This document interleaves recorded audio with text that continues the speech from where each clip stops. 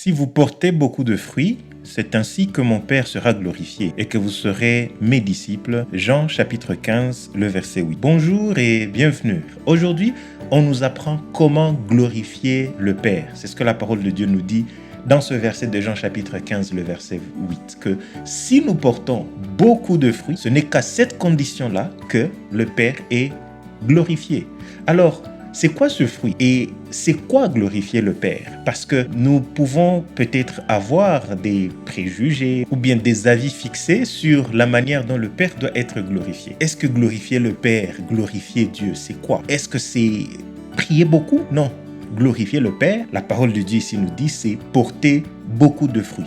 Est-ce que c'est donner beaucoup d'aumônes? Est-ce que c'est visiter beaucoup les malades? Est-ce que c'est être gentil, faire du bien? Nous pouvons peut-être avoir des idées préconçues sur ce qu'est glorifier Dieu. Mais ici, Jésus parle à ses disciples qui sont nous aujourd'hui, c'est nous les disciples de Christ, parce qu'à l'époque, c'était Pierre, c'était Jean, c'était ceux qui étaient tout autour de lui, mais cette parole qui leur était adressée, elle nous est adressée aujourd'hui. Il nous dit, si vous portez beaucoup de fruits, alors vous pourrez glorifier le Père. Alors c'est très important qu'on se rende compte de ce que la parole de Dieu nous dit ici. Elle nous dit beaucoup de fruits. Mais rendez-vous compte, le mot fruit est au singulier, mais on nous dit beaucoup de fruits. C'est comme si ce que Dieu est en train de rechercher en nous, c'est quelque chose de singulier. C'est quelque chose qui représente une vie entière.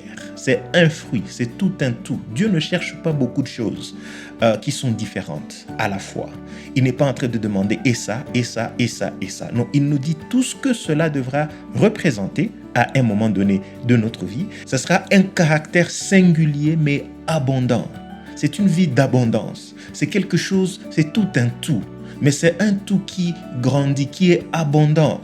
On ne regarde pas de manière éparpillée. Dieu ne veut pas que nous puissions chercher beaucoup d'éléments, mais il veut toute une vie, mais une vie qui est en abondance. Et aujourd'hui, nous allons aller dans la parole de Dieu pour voir ce que ce fruit vraiment représente. Parce que les Écritures doivent être vérifiées par les Écritures. Parce que nous pouvons, comme je viens de le dire, avoir des idées préconçues. De nous dire, oh, voici ce que Dieu recherche. Il veut ça. Et il veut aussi ça. Et il veut que je fasse ça. Et nous tombons dans beaucoup d'œuvres en train d'essayer de plaire à Dieu. Alors que sa parole nous a déjà dit ce que Dieu veut. Alors nous parlons du caractère singulier, mais abondant, qui est un développement général, un développement harmonieux de la vie d'un enfant de Dieu.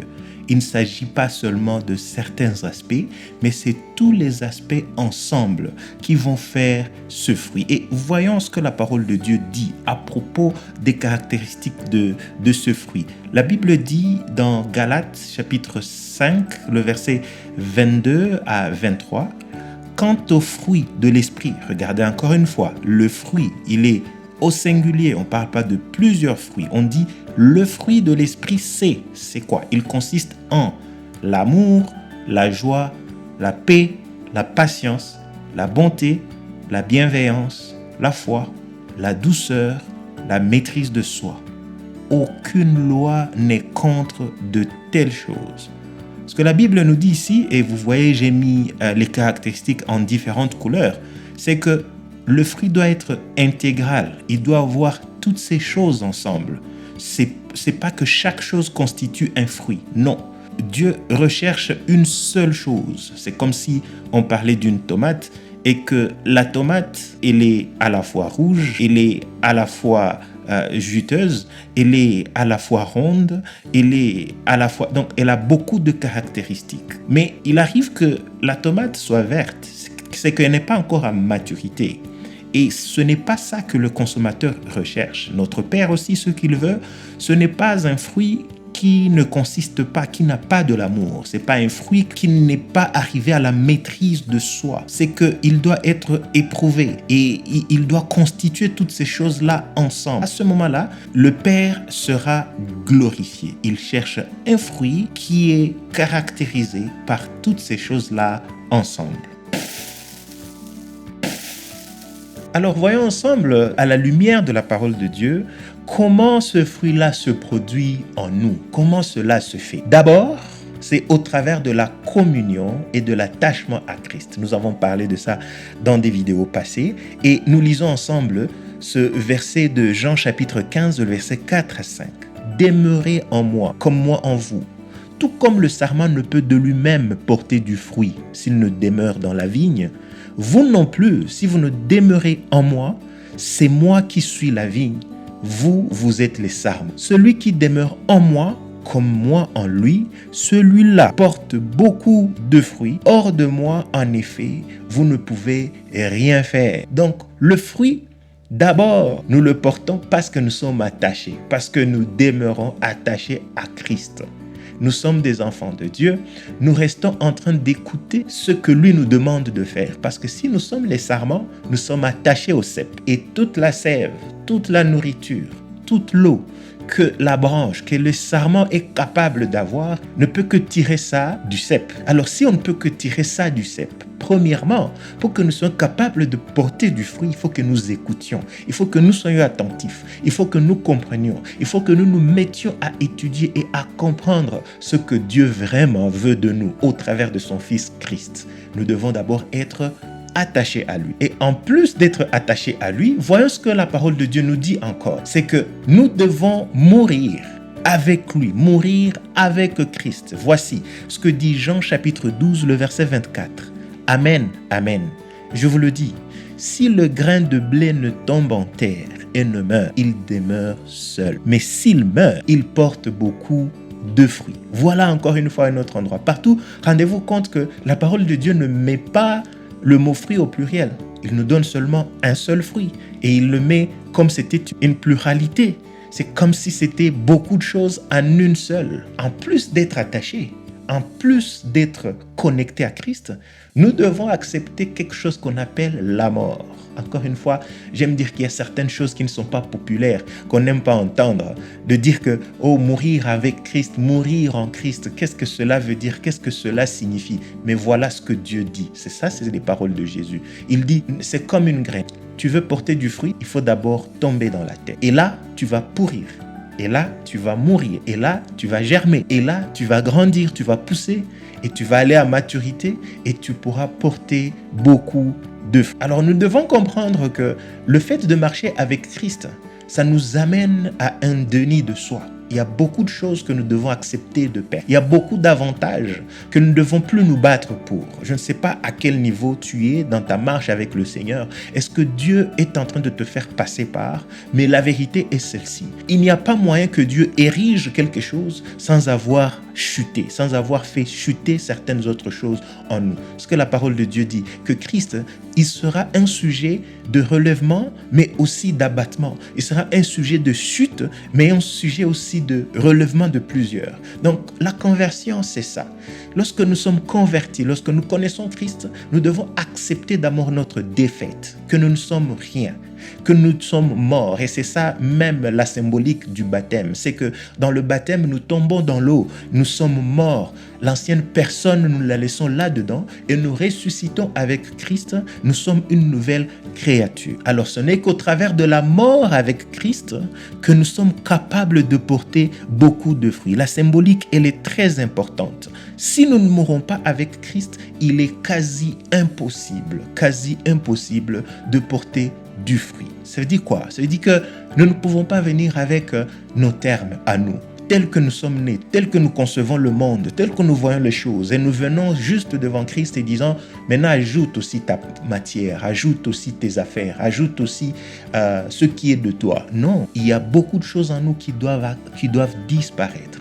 Notre ego, nos priorités changent. Christ, sa parole, ça devient d'abord la priorité. Qu'est-ce que la parole de Dieu nous demande? De pardonner? Est-ce que la parole de Dieu nous demande de réparer certains de nos torts? La parole de Dieu nous demande quoi? Là où nous avons les demandes claires de sa parole, elles deviennent une priorité. Peut-être que nous pouvons nous dire, non, quand même pas jusque-là. Je ne peux pas me permettre d'arriver jusque-là. Je ne peux pas me permettre d'aller me rabaisser devant cette personne qui m'a fait du mal. Et à ce point, non. Non, mais c'est ça la mort. C'est que ça coûte cher. J'accepte de suivre les termes de Christ afin que je puisse porter le fruit, la patience, l'amour, la joie, la bonté, la maîtrise de soi. Comment est-ce que je peux avoir la maîtrise de soi si il n'y a pas des choses qui me provoquent afin que à mon état de mort, je ne réagisse pas parce qu'un mort ne réagit pas lorsqu'il est provoqué. Mais si à chaque fois que je suis provoqué, je dois réagir encore mal, peut-être que je suis encore à ce niveau où le fruit ne peut pas être consommé. Et Christ, Dieu ne peut pas être content de ça. Et ce qu'il recherche, c'est que je porte beaucoup de fruits. Donc, un autre moyen de pouvoir porter de fruits, c'est d'accepter de mourir avec Christ. Et en plus de ça, nous voyons aussi autre chose. C'est que si nous voulons porter le fruit, nous devons accepter l'œuvre du Saint-Esprit en nous. L'Esprit de Dieu travaille en nous. Voici ce que la parole de Dieu dit dans Éphésiens. C'est pourquoi je fléchis les genoux devant le Père. Ça, c'est Paul qui parle. Je fléchis les genoux devant le Père, de qui toute famille dans les cieux et sur la terre tient son nom, afin qu'il vous donne, selon la richesse de sa gloire, d'être rendu fort et puissant par son esprit, au profit de l'homme intérieur, que le Christ habite dans votre cœur par la foi, et que vous soyez enracinés et fondés dans l'amour, pour être capable de comprendre avec tous les saints quelle est la largeur, la longueur, la profondeur et la hauteur, et de connaître l'amour du Christ qui surpasse la connaissance, de sorte que vous soyez remplis jusqu'à toute plénitude de Dieu. Voilà donc ce que la parole de Dieu nous dit, c'est que au fait, l'Esprit de Dieu, il est à l'œuvre en nous. Paul ici, il dit, il prie pour les Éphésiens. Il leur dit, je prie que l'Esprit de Dieu en vous rende l'homme intérieur fort. C'est-à-dire que par nos forces, nous ne sommes pas capables. Par nos forces, nous ne sommes pas à mesure de nous en sortir. Nous avons besoin d'accepter que nous sommes morts et que c'est plus nous qui vivons. Il y a quelqu'un d'autre qui vit en nous. Et celui qui vit en nous, c'est l'Esprit de Dieu.